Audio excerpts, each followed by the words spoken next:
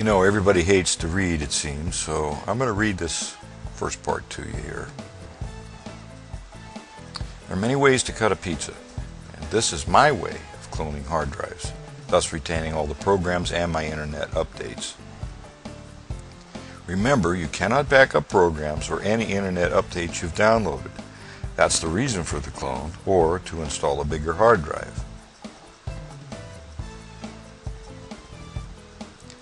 Fresh installs of the Windows operating systems means you'd have to reinstall all the programs again too, if you have them.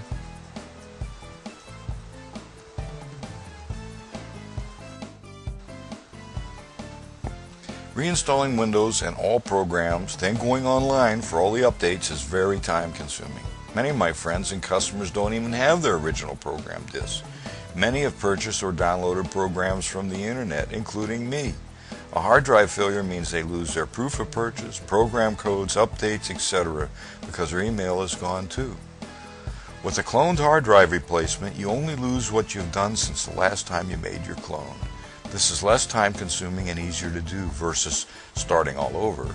It usually takes about an hour total versus hours of reinstalling programs and then going on updating them on the internet afterwards. Heck, I probably wouldn't even remember all the programs I have. I downloaded free airplanes and helicopters for my flight sims, and all the upgrades Vista, Mozilla, and QuickTime, Skype, IncrediMail, etc. keep sending, so I don't want to have to start all over and do that again. I just purchased an upgrade module online for this Pinnacle Studio software program for $49. Again, a backup does not back any of this up, so don't say just do a backup, Dave, till you think about this. Even if you could back up everything, your backup disk would have to be slightly bigger than your hard drive. And this is also a good way to put in a bigger hard drive in your computer and do the clone to it, thus losing nothing. It's simple. I've used Norton Ghost and other cloning programs, but was not always successful. I really like the Copy Commander program the best. It has always worked perfectly and it is very user-friendly. You see, you can back up your photos, your music, and your documents, but you can't back up the programs. There are updates, like virus definitions or spyware definitions, or any programs that you downloaded off of the internet. The best solution for me has always been to just simply clone the hard drive completely. Put it aside, something goes wrong with the hard drive in your computer, you pull out your clone, you stick it in, everything runs as it always has. And I'm using a program called Copy Commander 9. This program really will work well, and it'll copy my Vista. When you run Copy Commander 9 before you start, it will give you the option to make a disk. And you put this in your floppy A at startup, and your instructions will come on how to make the copy. So let's take a look at a couple things you need to know before we get started. So what we're going to do now is fix the errors. So I'm using my wife's computer here now because it's on Windows XP. It's not as fast and fancy, but let's go ahead and open Windows Explorer, and then we will scroll down to my computer right here, and then the C drive, I will right click on that and then click on Properties when that drop down window opens. Now I can go up here to where it says Tools, and it says Error Checking right here, and I can click Check Now, or Defrag, which is another good thing that you should do. But Check Now. So I'm going to click Check Now. It's going to tell me I have to restart the computer. Automatically fix system errors. I'm going to say yes. Start. It's telling me I can't do it until I restart the computer, so let's go ahead and restart the computer and say yes. And this will shut the computer down. And restart.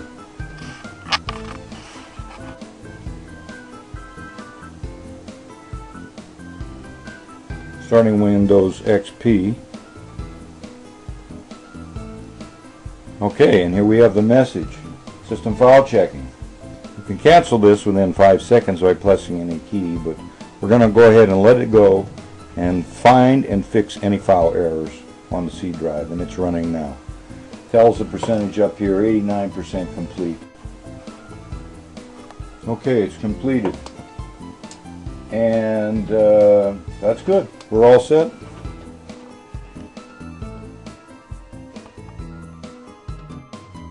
Okay, I usually keep the backup hard drive in the computer. It's not hooked up. I've unscrewed it. I'm going to go ahead and pull it out here. The last time I backed this up was 12/5/06, so a couple years ago. So definitely time to back it up now. And we want to hook this up to the cable.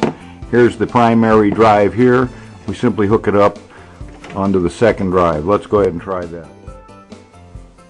Okay, I've connected up. This is the disk that I want to copy, and this is the disk that I'm going to copy to.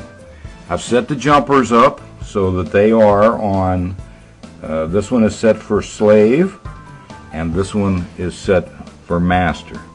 And now I've got the copy commander disk in the floppy, and we're going to go ahead and start it up and tell it to copy everything over. So let's turn it on and see what happens.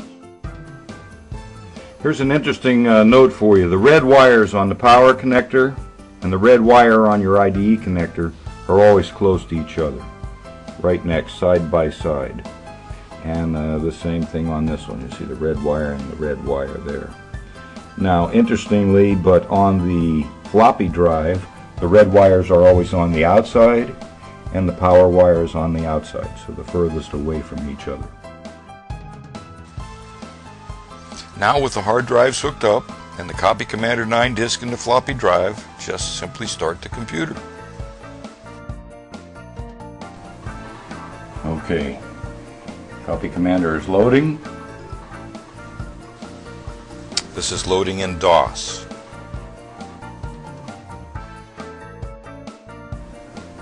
Okay, we're going to go up here and select the hard disk to copy.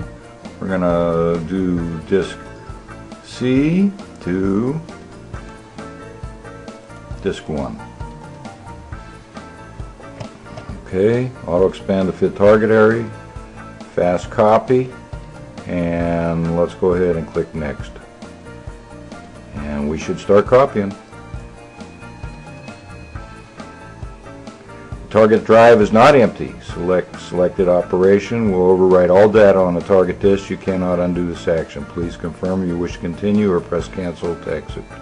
Proceed. Here we go. It's deleting the partition, and it is now copying the hard drive.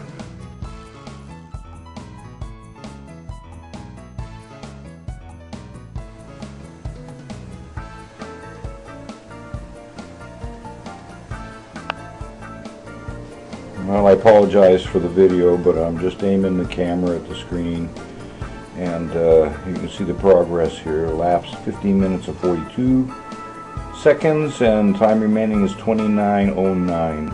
Okay, Copy Commander has finished its action successfully, so let's go ahead. I'm going to boot up both hard drives and make sure they both work, and we'll be done. Okay, there's the backup I just cloned. I've restarted. Let's see what happens here. Yes, starting up. Okay, that's it. Pretty simple, huh? Good to go. Okay, there's the hard disk that I cloned. I'm now going to use that one. The backup disk, which was the original, I've placed in here. This is probably the safest place to actually keep your spare hard drive. And I just put it in the second bay there, and I do not have it connected. So thanks for watching, folks. And if you need a new hard drive or you want to back up your old one, this is just another way to do it.